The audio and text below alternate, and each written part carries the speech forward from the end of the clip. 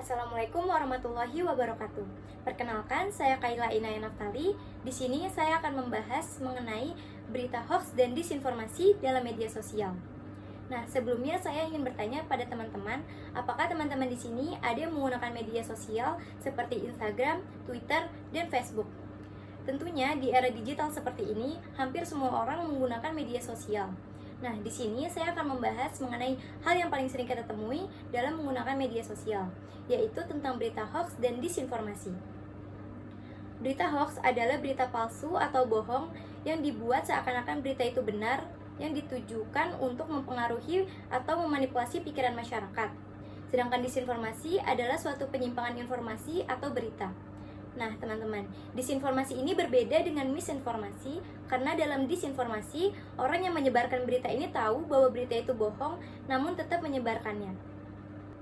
Media sosial adalah salah satu platform utama yang digunakan untuk menyebarkan berita hoax dan disinformasi.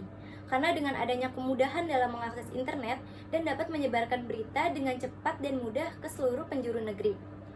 Nah, selain itu, dengan tidak adanya mekanisme verifikasi, membuat berita hoax dan disinformasi ini dapat menyebar dengan mudah dan menjadi konsumsi publik. Nah, berita hoax dan disinformasi yang menyebar ini menjadi konsumsi publik dan menimbulkan banyak sekali dampak buruk bagi masyarakat, seperti dapat menimbulkan perpecahan, ketidakpastian di tengah masyarakat, dan kebingungan di tengah-tengah masyarakat kita. Dengan banyaknya dampak negatif yang ditimbulkan oleh berita hoax dan disinformasi ini, membuat mereka menjadi perhatian serius di era digital saat ini. Menurut survei yang dilakukan oleh Kata Data Insight Center atau KIC dengan Kominfo menunjukkan bahwa terdapat 11,9% orang yang mengikuti survei telah menyebarkan berita hoax di media sosial.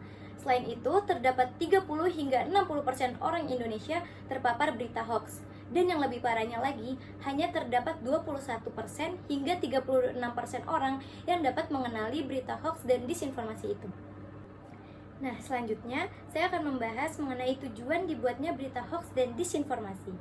Tentunya banyak sekali alasan dibuatnya berita hoax dan disinformasi oleh orang-orang yang tidak bertanggung jawab.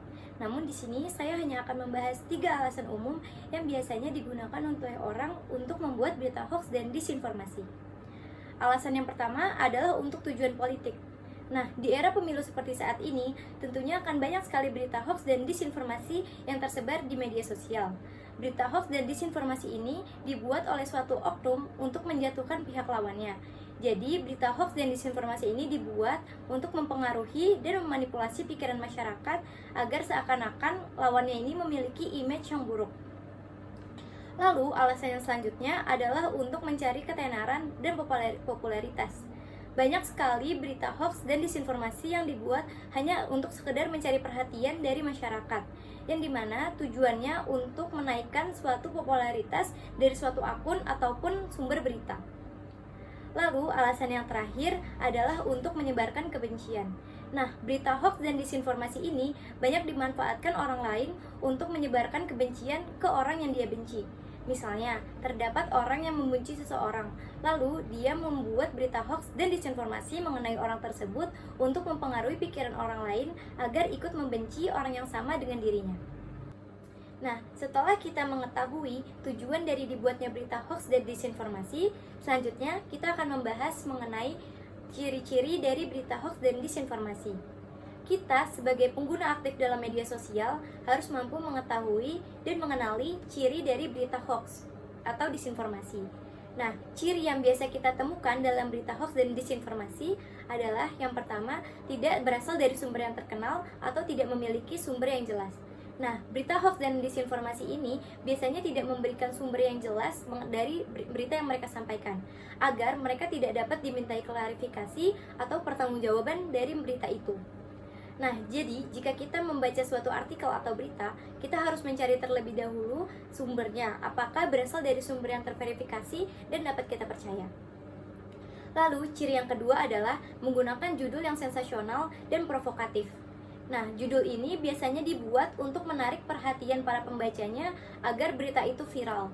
Nah, jadi jika kita menemukan judul seperti ini, alangkah baiknya kita tidak langsung percaya dan melihat terlebih dahulu isi dari berita tersebut, lalu melakukan verifikasi untuk membuktikan apakah berita tersebut benar atau hanya sekedar berita hoax. Lalu ciri yang terakhir adalah tidak terdapatnya sumber konkret ataupun bukti konkret dari berita tersebut. Tentunya karena ini merupakan berita hoax dan disinformasi, tentunya tidak dapat dibuktikan dengan bukti yang konkret. Jadi jika kita membaca suatu berita, alangkah baiknya jika kita memeriksa terlebih dahulu apakah ada bukti yang konkret. Selain itu, berita hoax dan disinformasi ini biasanya bersifat menyerang ataupun tidak netral. Nah teman-teman, jika kalian menemukan ciri yang seperti aku sebutkan tadi pada suatu artikel atau media yang kalian baca, aku harap kalian jangan langsung mempercayainya sebelum melakukan verifikasi pada berita atau artikel tersebut. Apalagi jika kalian sampai membagikannya ke orang lain sebelum artikel itu terbukti benar. Karena dengan membagikan berita hoax dan disinformasi kepada orang lain, membuat kita sama buruknya seperti pembuat berita hoax itu. Selain itu, dampak yang dihasilkan oleh berita hoax ini memiliki dampak yang sangat negatif kepada masyarakat, seperti memicu ketegangan sosial, menyebabkan kecemasan di tengah masyarakat, mengaburkan fakta, dan mengurangi tingkat kepercayaan masyarakat pada institusi atau media resmi. Untuk itu, diperlukan strategi yang luas dari masyarakat, media, dan pemerintah, yaitu seperti pengedukasian kepada masyarakat mengenai sumber yang dapat dipercaya oleh masyarakat. Selain itu, peningkatan literasi masyarakat mengenai teknologi dan literasi digital, dan juga upaya bersama antara pemerintah, media, dan masyarakat dalam menanggulangi berita hoax ini. Aku harap setelah apa yang aku sampaikan tadi, teman-teman dapat paham dan mengenali berita hoax. Selain itu, teman-teman juga paham dampak yang dihasilkan oleh berita hoax ini. Dengan mengenal berita hoax, aku harap kita dapat terhindar dari berita hoax dan dapat mewujudkan berdunia digital tanpa adanya berita hoax. Saya Kaila Inaya Naftali, terima kasih.